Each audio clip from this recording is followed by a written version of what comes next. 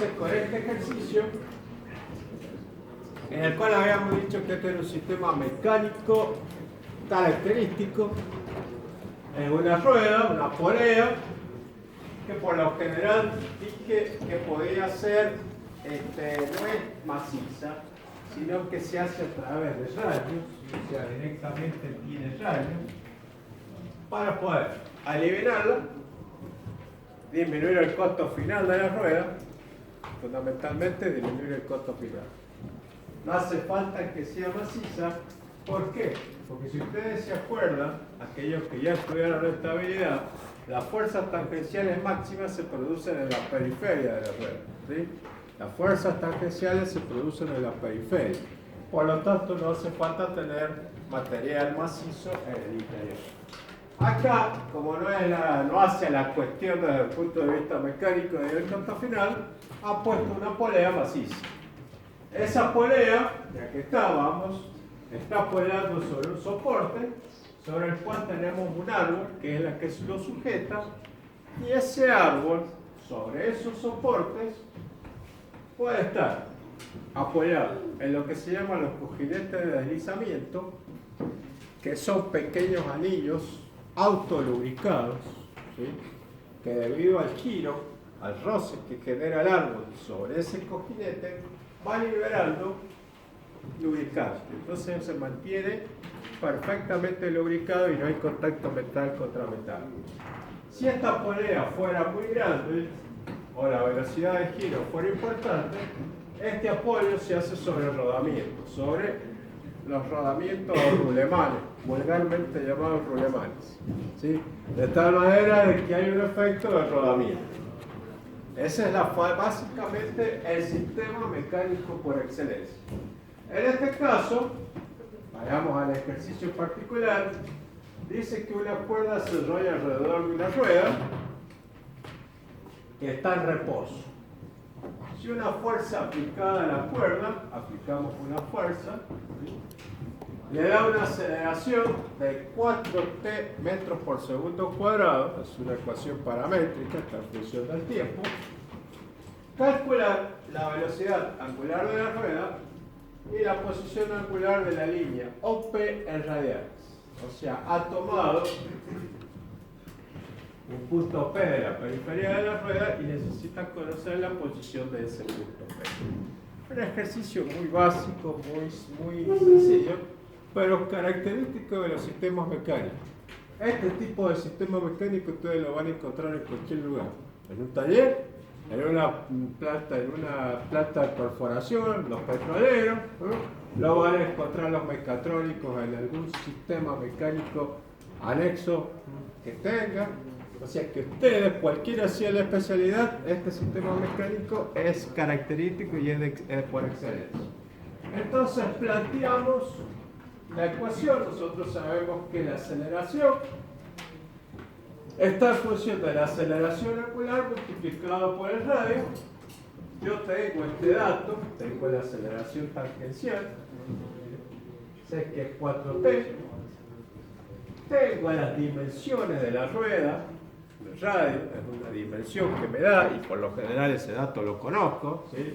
Porque esas ruedas uno las puede comprar, entonces uno las selecciona en función del espacio, en función del peso que tenga, en función de lo que yo tenga que tirar. Entonces la selecciono generalmente y conozco las dimensiones que va a tener esa rueda. Eso es un elemento que se consigue en el comercio. Por lo tanto, el dato del R lo tengo. Y a partir de ahí lo que desconozco es la aceleración angular. Al Q.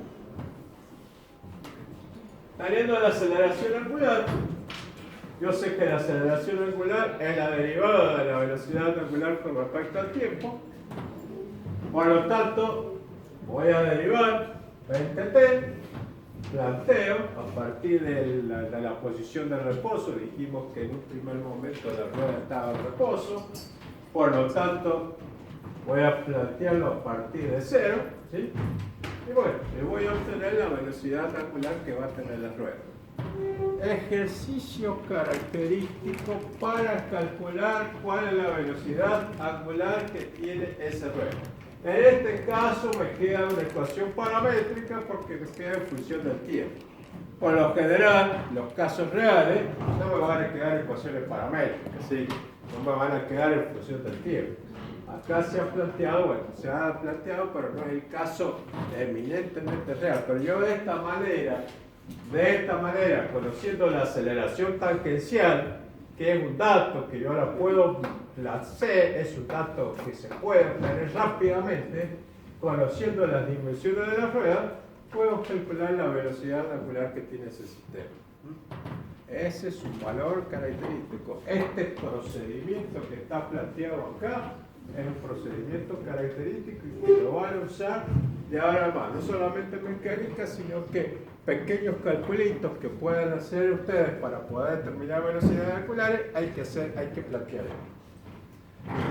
Y bueno, la otra pregunta que despedía era cuánto giraba para la posición, o sea, pedía la posición angular de la línea OP en radianes, tomaba un punto P en la periferia de la rueda, ¿sí? Por lo tanto lo que va a determinar va a ser el ángulo θ. Es sencillo también porque ya sabemos que θ, o que la velocidad angular que yo tengo como dato, es la derivada de θ respecto de t. Por lo tanto, si integro, puedo calcular el ángulo θ.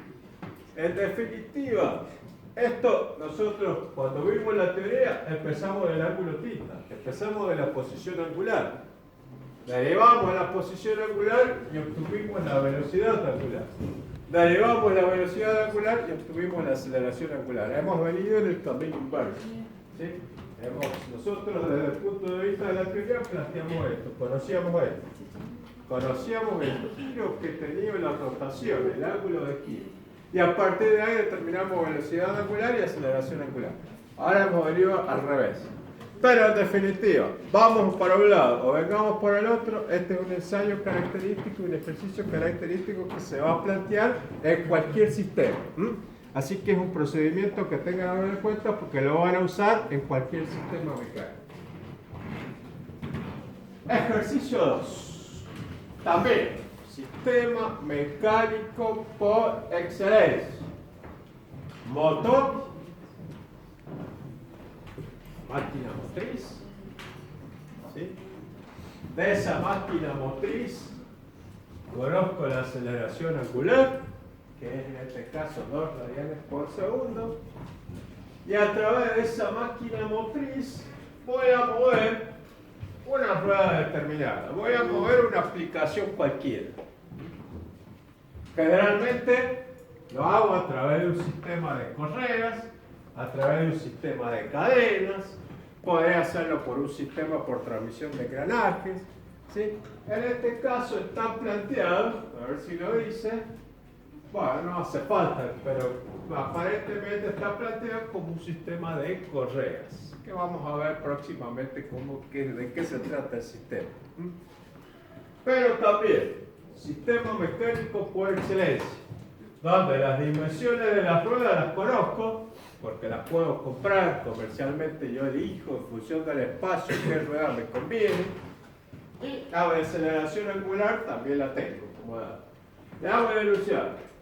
El motor se usa para hacer girar una rueda y el ventilador. Bueno, adosada la rueda y el ventilador.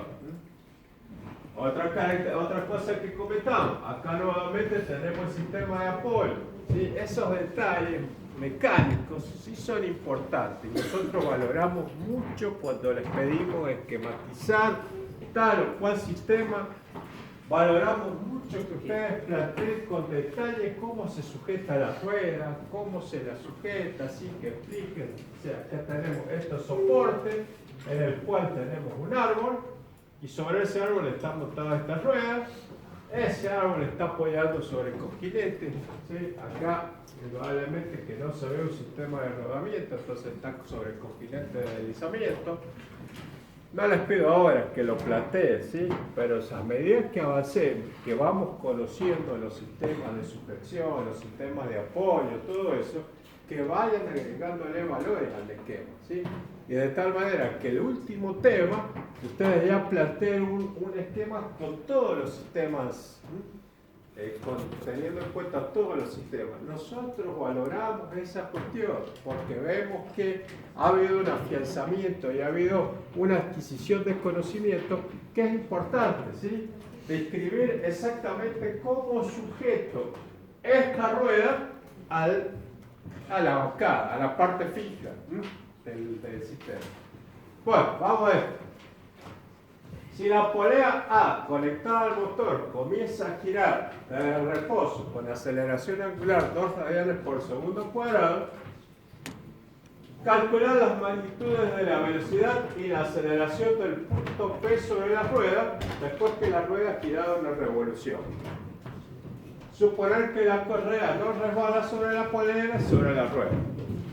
Lógicamente, este sistema, ya lo vamos a ver en las próximas clases, no tiene que rebalar, tiene que tener una tensión adecuada de tal manera que todo el par que tengo en esta polea se transmita íntegramente hasta otro. Y para eso tiene que ser un sistema que tenga una tensión adecuada y que no resbale, ¿sí? Esta aclaración la ponen, pero está de más, ¿sí? Necesitamos que el par que se produce acá se transmite íntegramente a esta situación. Así que, lógicamente, hay que buscar que la correa esté con una tensión adecuada. Bueno, vamos al ejercicio. Entonces, lo primero dice que habla de una revolución, ¿sí? La posición, θ.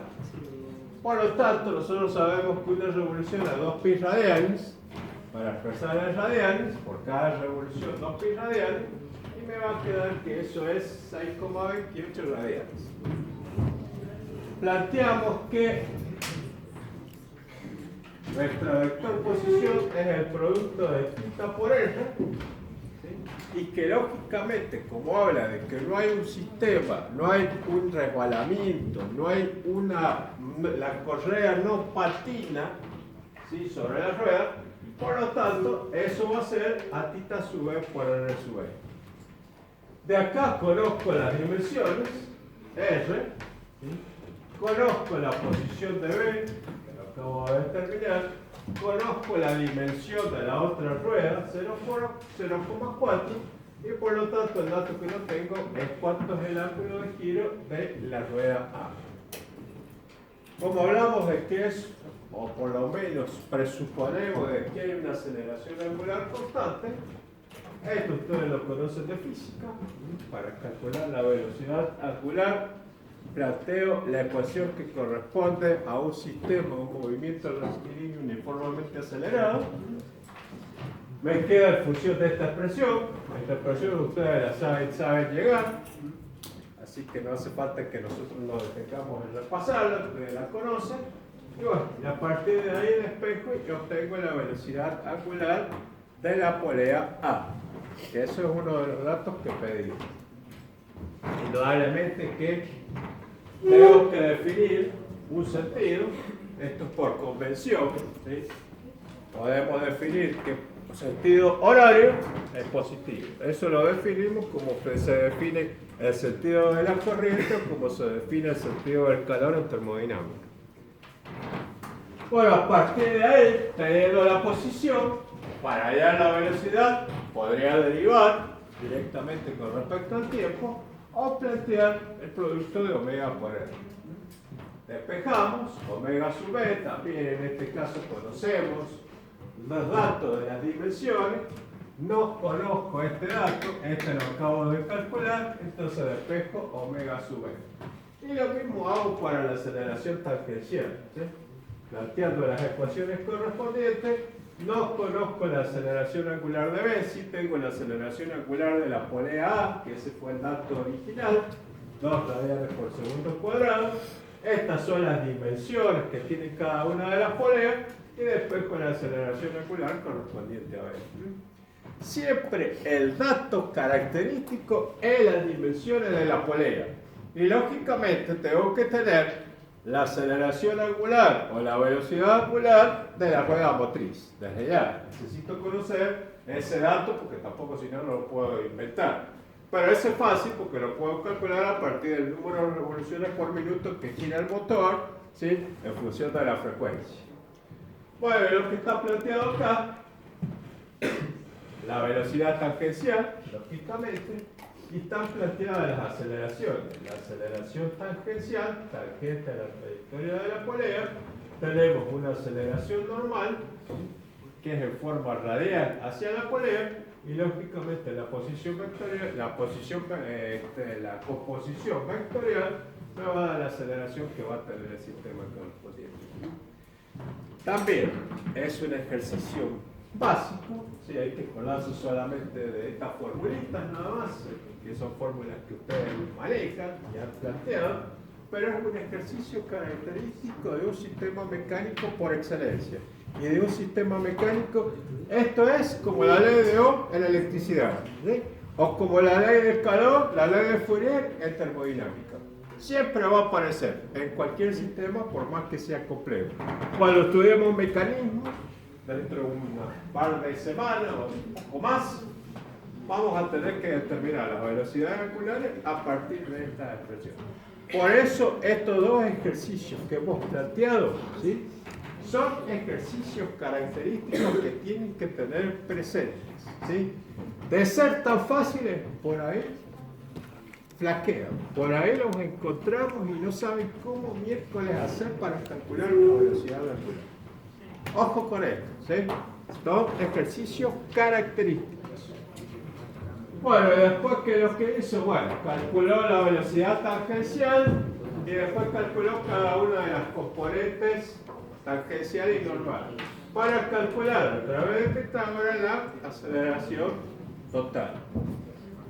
Esto también, o sea, es lo que planteamos recién vectorialmente. No creo que haya sistemas más básicos o menos más que estos. Así que por favor, denle bolilla a estos dos ejercicios. Y fíjense, estos procedimientos son procedimientos que tienen que tener fijados, porque son procedimientos que les va a servir para cualquier sistema. Bueno, vamos a ver. Ejercicio 3. Un engranaje. El dentado que tiene no es el de los más característicos, ya vamos a ver cómo es el dentado de un engranaje. Lo digo porque aquellos que han recursado me van a decir, ese no es dentado devolvente, es cierto, ¿sí? No es dentado devolvente, que es el dentado característico del engranaje. Pero por ahora lo que me interesa es nada más analizar velocidad. Por lo tanto, el dentado después lo analizaremos. El engrane doble, acá tenemos un engranaje, acá tenemos otro, el engranaje doble, tiene una velocidad de su centro de 1,2 metros por segundo, que es la que está marcada. Claro. Haz dirigida hacia la derecha. Calcular la velocidad angular del engrane y las velocidades de la cremallera superior y del punto D del engrane. A esta, como si abriéramos el engrane, ¿sí? Acá fíjense que tenemos, se lo llama cremallera. De tal manera acá, esta cremallera es fija, esta cremallera se mueve para poder provocar el movimiento. Esto está girando, ¿sí? A este es como si ustedes abrieran el dentado van a tener el dentado recto, ¿sí? Muchas veces se utilizan las cremalleras. Una cremallera básica es la cremallera de los cierres. ¿Sí? La cremallera de los cierres de las camperas es una cremallera básica. Para que se ubiquen de qué se trata. Probablemente que acá estamos hablando de una cremallera industrial, que es la que permite que este grano se mueva en un determinado sentido. ¿Vamos hasta ahí? ¿Venimos todos? Bueno, lo primero que plantea, porque nosotros sabemos que un punto de ese punto A, cuando gire para una vuelta del engrane, va a girar a lo largo de la circunferencia interior, va a girar 2 pi por r, va a girar el perímetro que va a tener esa.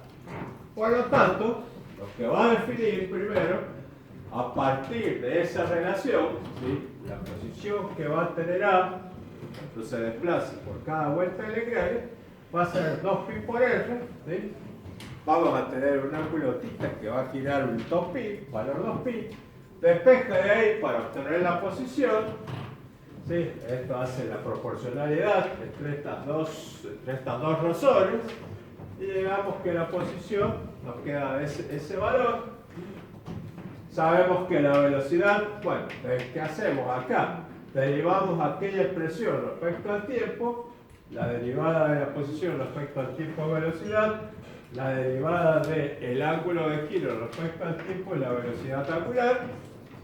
Tenía este dato, tengo este dato, dimensión del engranaje, por lo tanto despejo la velocidad angular, que era lo primero que me pedía. Menos 8 radianes por segundo. Y lo pongo en forma vectorial considerando el versor correspondiente. Es una forma nada más, es una cuestión como para que repasemos de qué se trata. Repasemos la cuestión vectorial. Esto es un movimiento plano, ¿sí? Por lo tanto, hablamos de que hay una traslación y de que hay una rotación. El movimiento plano está dado por esto, ¿sí? Decíamos que la velocidad de C es 0, por lo tanto vamos a tener, si nosotros analizamos el diagrama de velocidad, vamos a tener dos velocidades de la misma magnitud pero de sentido contrario. Vamos a tener la velocidad del punto A, que era la velocidad que teníamos como dato. El punto D va a tener una velocidad tangencial y va a tener una velocidad normal determinada, ¿sí? Por lo cual eso me va a dar la velocidad de D. Y vamos a tener que este punto B va a tener una velocidad, ¿sí? Que nosotros en traslación vamos a considerar que todos esos puntos característicos tienen la misma velocidad. Decíamos que en traslación todos los puntos se están moviendo con la misma velocidad.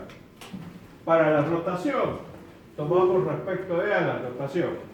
Entonces vamos a tener la velocidad que va a tener este punto C respecto de A, la velocidad de este punto D respecto de A y la velocidad de B con respecto de A. Movimiento plano, movimiento combinación de una traslación más una rotación. Bueno, a partir de eso, aplicamos la ecuación que habíamos visto, velocidad relativa, en este caso necesito determinar la velocidad de B, la velocidad de arrastre más la relativa de B con respecto de A, la velocidad de relativa, la planteo como el producto de omega por R, un producto vectorial, considerando los versores correspondientes, ¿sí? La velocidad de A la conozco, 1,2 metros por segundo, como lo estoy planteando vectorial, y he considerado que se está moviendo en el eje de la X, entonces consideramos que es el versor Y, el producto de omega según el vector K. ¿Por qué? Porque acuérdense que va a ser un vector perpendicular al eje de giro, entonces va a ser un vector que va a ser perpendicular al plano vertical, va a estar sobre el eje Z, por eso aparece el versor A, ¿sí? Y el vector posición está sobre el eje Y, que por lo tanto corresponde al versor J. Bueno, hacemos la composición, nos queda vectorialmente de esta manera, ¿sí? Y nos queda en función del módulo como 2 metros por segundo, ¿sí? Planteando tablas. Para calcular la velocidad de exactamente lo mismo, ¿sí? Planteamos la ecuación general. Este valor lo planteamos como un producto vectorial considerando los versores correspondientes. Y en definitiva, en este caso, ¿sí? Como acuérdense que teníamos que nuestro vector tenía un cierto ángulo, bueno, lógicamente tenemos que sacar ese ángulo y en este caso el ángulo de 45 grados. En el caso de B no hacía falta porque el vector era perfecto, era normal al eje que estábamos considerando.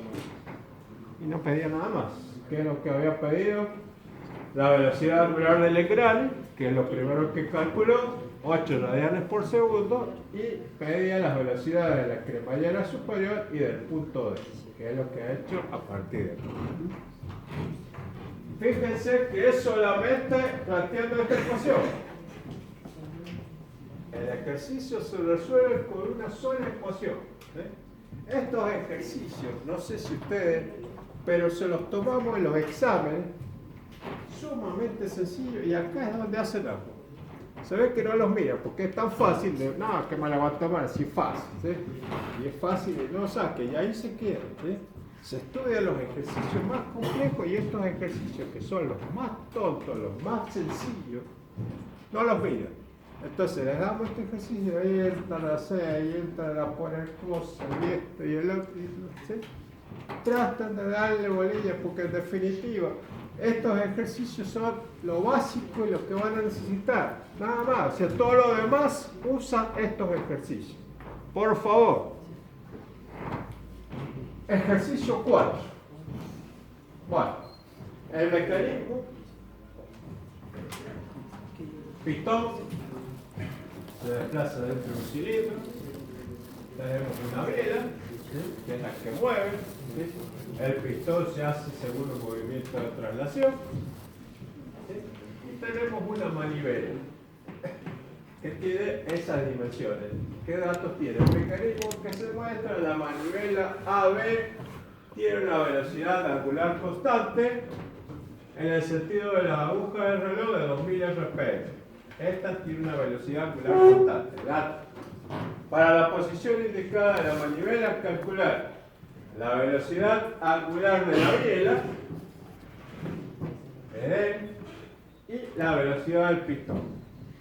También, en el caso de el motor, de una máquina, de un motor, de un auto, ¿sí? Este también es un ejercicio básico. Este es la ley de Ohm de la mecánica. Planteamos velocidad angular, ¿sí? El dato que teníamos era 2000 revoluciones por minuto. Para llevarlo a radianes dijimos que eran 2pi radianes, por lo tanto nos da 209,4 radianes por segundo. La velocidad tangencial es el valor de la manivela, o sea, la velocidad multiplicado 3 pulgadas, creo que ese es un dato, 3 pulgadas. Sí, acá está, acá lo tenemos distinto. Esta es la manivela, tengo este dato, omega AB, tengo las dimensiones 3 pulgadas, multiplicado por los 209, que era el valor que teníamos de las revoluciones por minuto, el valor que giraba la manivela, y vamos a obtener la velocidad de ver. 628,3 pulgadas por segundo. Podemos sacar el ángulo correspondiente, que acuérdense que la velocidad, en este caso, es perpendicular a la dirección respecto al cual estamos considerando la velocidad relativa. ¿Sí? Esta velocidad forma 90 grados con esta dirección, con ese vector posición. Por eso está ubicado así. Entonces, lo que tengo que determinar, yo conocía este ángulo, pero lo que tengo que determinar es cuánto es ese ángulo correspondiente de la velocidad, que son 50 grados. Lo otro que me pedía era la velocidad de la biela, ¿sí? Creo que la velocidad de la biela y la del pistón. Bueno, plantea, primero saca, estos eran los 50 grados de la velocidad, es un movimiento plano, el punto D se mueve, que es el que mueve el pistón, hay una traslación, entonces tenemos que la composición de una traslación más una rotación. En la traslación, ¿sí? Las velocidades son las mismas, estamos tomando como punto de referencia el punto B, por lo tanto todo lo vamos a referir a B, y el punto D va a tener una determinada velocidad que va a ser perpendicular a este vector posición. Por lo tanto hay que determinar los ángulos beta, que es lo que ha hecho arriba a través de aplicando el teorema del seno, ¿sí? Eso les queda un triángulo, y por lo tanto aplicando el teorema del seno puedo sacar el ángulo beta, 13,95 grados, y puedo, lógicamente, si yo sé que esto es 90 menos 13,95, me queda que el otro ángulo es 76,05. Para calcular la velocidad, aplico el concepto de velocidad relativa.